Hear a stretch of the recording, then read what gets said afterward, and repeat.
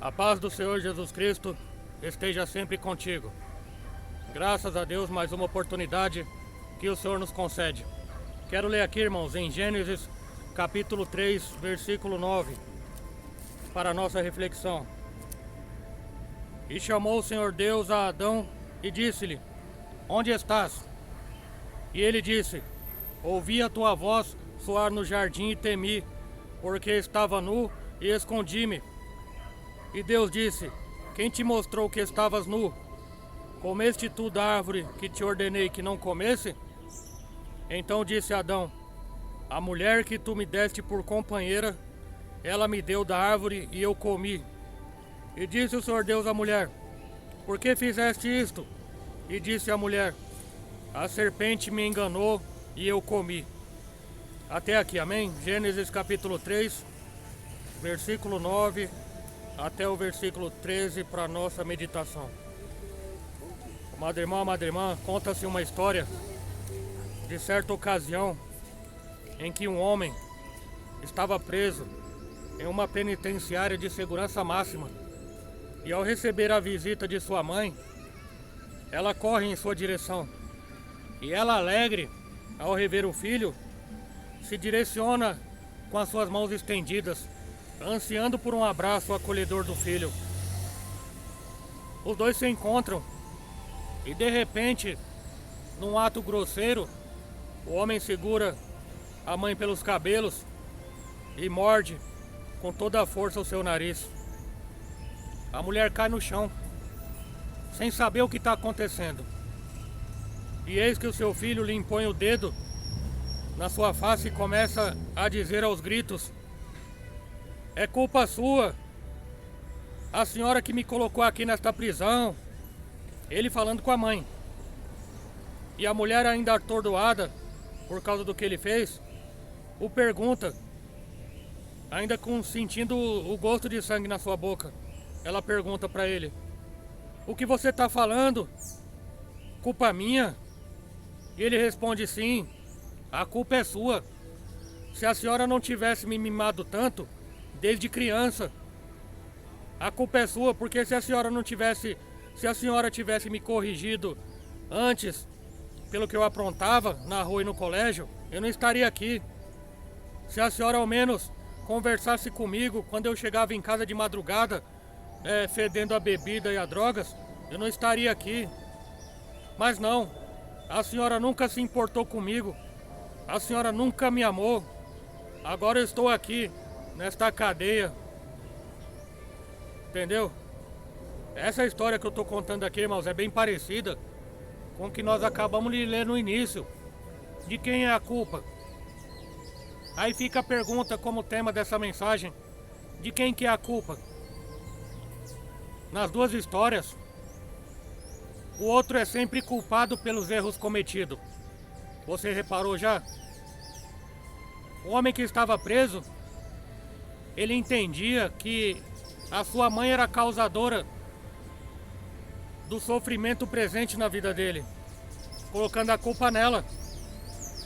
Adão responsabilizou Eva pelo pecado, e Eva, da mesma forma, acusou o outro, ou seja, a serpente. Ninguém quer assumir a culpa. Ambos os casos, a culpa estava do lado de fora. E nesta forma de pensar, se alguma coisa de errado acontece, a responsabilidade primária sempre recai nos braços do outro. Aí eu pergunto: será que isso acontece com você? Será que você não faz isso? Colocar a culpa nos outros? Ou quem sabe essas histórias são apenas fictícias? Talvez possa acontecer conosco de uma maneira menos dramática, mas que acontece, pode acontecer. O homem natural e o cristão carnal sempre estão dispostos a remover as suas consciências diante do pecado, colocando a culpa nos outros. Dessa forma, a culpa, que à primeira instância é o sinal de que algo não está correto, deve ser deslocada para bem longe de si. Este que é o propósito.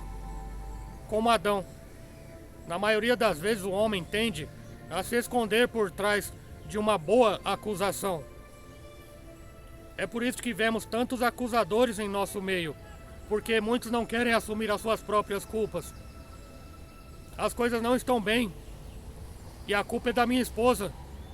Por exemplo, tudo deu errado, o diabo se irandou em minha vida, aí coloca a culpa no diabo. Estou no vale e Deus se esqueceu de mim, e aí o pior de tudo ainda coloca a culpa em Deus. Nossas respostas muitas vezes são uma afronta ao caráter de Deus. Como o Senhor Jesus disse, hipócritas. Parece que eu ouço Jesus dizendo aqui aos fariseus de ontem e de hoje que não conseguem se arrepender pelos seus pecados. Por quê? Porque simplesmente eles não se sentem pecadores. Essa é a dura realidade. Disse o Senhor Jesus: o fariseu, estando de pé, orava consigo desta maneira: ó Deus, graças eu te dou porque eu não sou como os demais homens, roubadores, adúlteros, nem ainda como este publicano. E estava lá orando. E o publicano, porém, estando em pé de longe, nem ainda queria levantar os olhos ao céu, mas batia no peito dizendo: ó Deus, tem misericórdia de mim. Está lá em Lucas capítulo 18, versículo 11 até o 13. Existe uma tendência, irmão, moderna, em considerar que tudo é relativo e que para mim é errado e para o outro pode ser certo. É o relativo, a relatividade. E seguindo este conceito secular, um indivíduo não pode ser considerado culpado de fato, porque a sua consciência é maior que a moral ou a ética existente em seu contexto social. É lógico que há questionamentos e ferrenhas discussões sobre este assunto, mas não podemos descartar que esta forma de pensar tem ganhado cada vez mais força no presente século, nesta geração. Louvado seja Deus. Lembre-se, meu irmão, minha irmã, somos responsáveis pelos nossos atos. Cada um é responsável pelos seus atos. Deus fez a possibilidade do livre-arbítrio e o casal no Éden e o tornou real.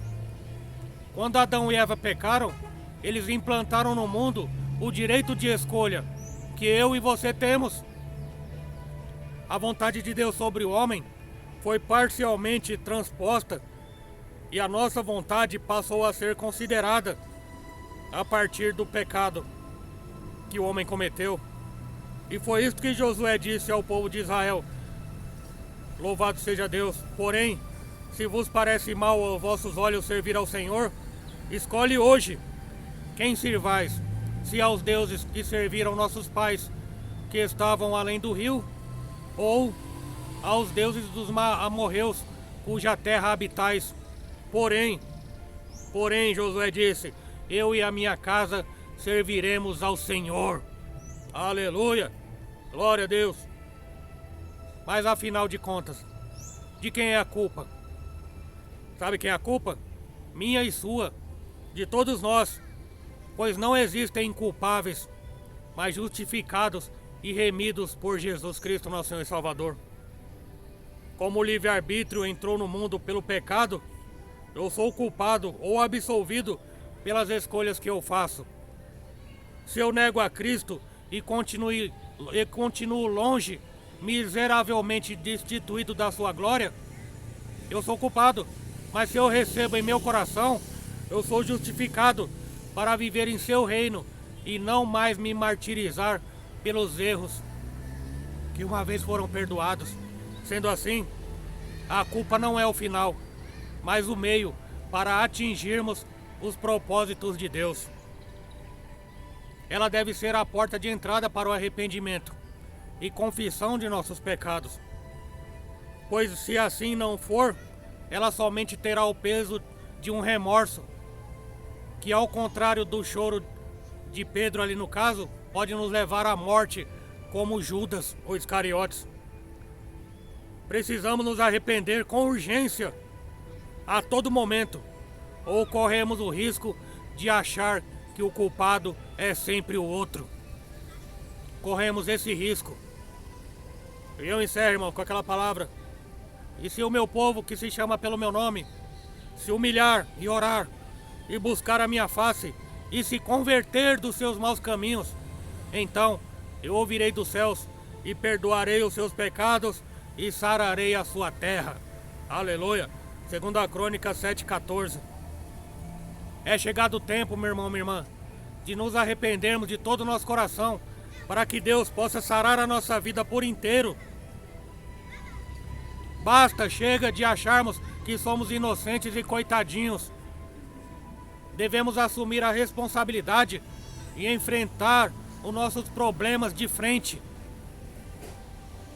Por isto, apresentemo-nos com humildade, pedindo ao Senhor que remova de nós a vergonha do pecado. Peça para Deus, meu irmão e minha irmã. A palavra diz, irmãos, que é o Espírito Santo de Deus que convence o homem da justiça, do pecado e do juízo. Chega de pôr a culpa nos outros e assuma a responsabilidade que é tua. Amém? Venha para o caminho.